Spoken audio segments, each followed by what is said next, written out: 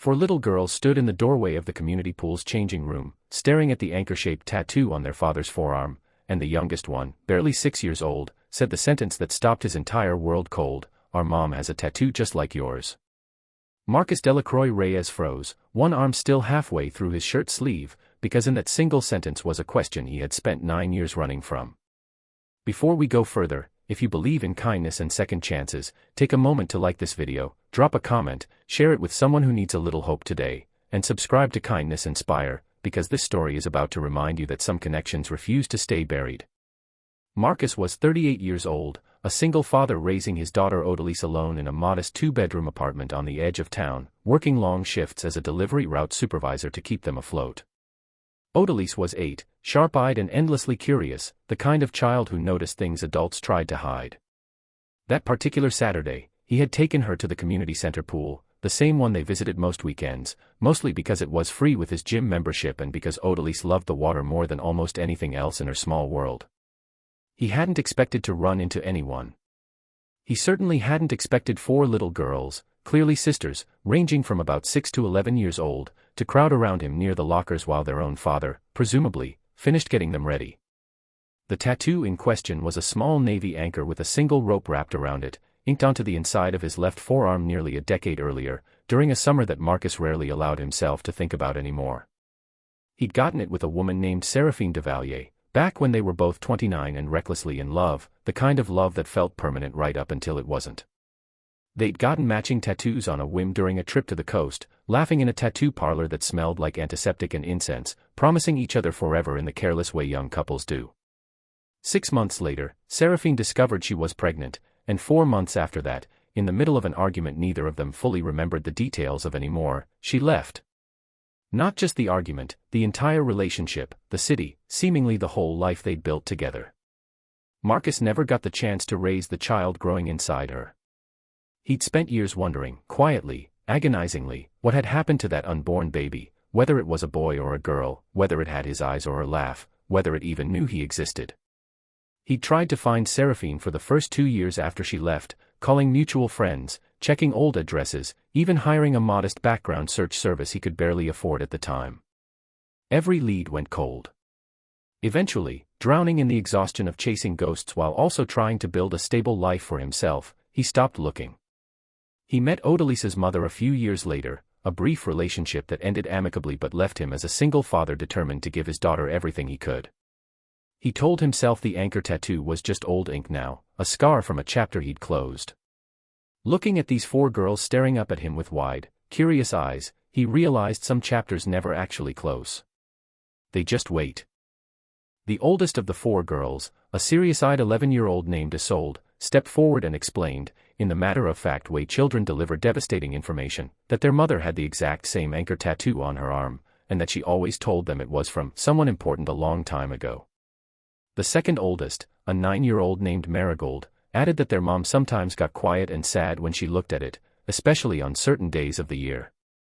Marcus felt his chest tighten as the pieces arranged themselves in his mind, refusing at first to let himself believe what seemed increasingly, impossibly obvious. He asked, carefully, trying to keep his voice steady for the sake of both his own daughter and these strange, wonderful children in front of him, what their mother's name was. The youngest, a 6-year-old named Wilhelmina who still had a slight lisp, answered before anyone else could. "Mommy's name is Seraphine," she said, entirely unaware of the earthquake her simple sentence had just caused. Marcus sat down hard on the changing room bench, Odalise immediately moving to his side with concern written across her small face, asking what was wrong. He didn't have an answer for her yet, not one he trusted himself to say aloud. He looked at these 4 girls again, really looked, searching their faces for any resemblance to himself or to the family photos he still had of his own mother, and there it was, unmistakably, in the second oldest girl's eyes, the same unusual gray-green color that ran in his family going back 3 generations. Marigold, 9 years old, had his mother's eyes. Before he could process anything further, a woman's voice called out from the pool deck, asking the girls if they were ready to go, and Marcus felt his entire body go rigid at the sound of it, unchanged despite 9 years, still carrying that same warm, slightly raspy quality he remembered from countless mornings waking up beside her. Seraphine Duvalier walked into the changing room a moment later, wearing a simple green sundress, her dark curly hair pulled back, and stopped dead in the doorway the instant she saw him. For a long, suspended moment, neither of them said a single word. Odalise looked between the adults, confused. The four girls looked between their mother and this stranger, equally confused, sensing something enormous happening above their heads that they didn't yet have words for. Seraphine's hand went instinctively to her own forearm, covering the anchor tattoo beneath her sleeve, and Marcus watched years of unspoken grief and guilt flash across her face in rapid succession. She finally spoke, her voice barely above a whisper, saying his name like she wasn't entirely sure it was real. He asked, just as quietly, if Marigold was his daughter, and the silence that followed answered the question more completely than any words could have.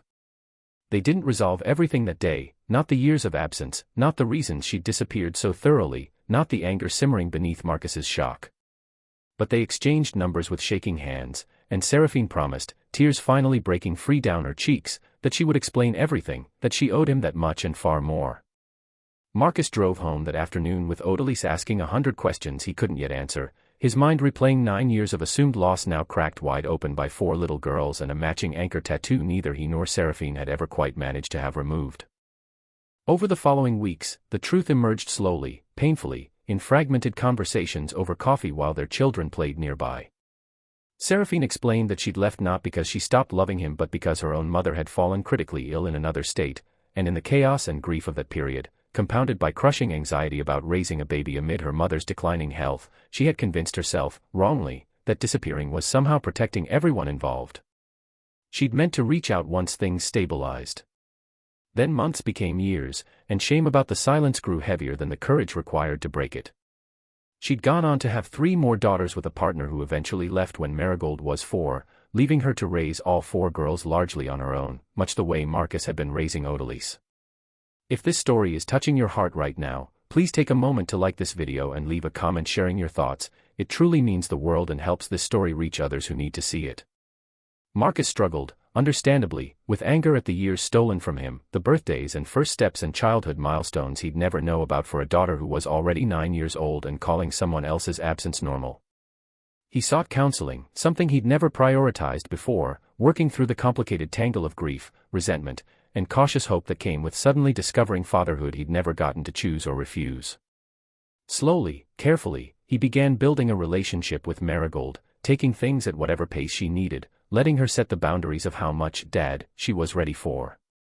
Odalise, delighted beyond measure to suddenly have 3 new sisters, became an unexpected bridge between the 2 families, dragging Marigold and her siblings into elaborate games and sleepovers that helped ease everyone into their strange new normal. It took nearly a year before Marcus and Seraphine could speak without old wounds resurfacing in every conversation, and longer still before genuine friendship, careful and rebuilt from scratch, replaced the wreckage of their past. They never got back together romantically, both agreeing that chapter of their lives had closed for good reasons, but they built something arguably more important, a functioning, loving co-parenting relationship that gave Marigold, and eventually all 4 girls along with Odalise, a version of family that stretched wider and stronger than any of them had imagined possible on that ordinary Saturday at the community pool. Before this story ends, if it moved you even a little, please comment the word "family" below, because sometimes the family we're missing finds its way back to us in the most unexpected moments. Marcus kept the anchor tattoo, no longer a scar from something painful but a marker of the exact moment his family, broken and scattered by circumstance, finally found its way whole again. 4 little girls in a changing room had said one simple sentence that shattered 9 years of silence, and in its place, something far more valuable had grown, a father who finally got to know his daughter, 4 sisters who became inseparable, and 2 parents who learned, painfully but genuinely, that it's never too late to rebuild what fear and circumstance once tore apart.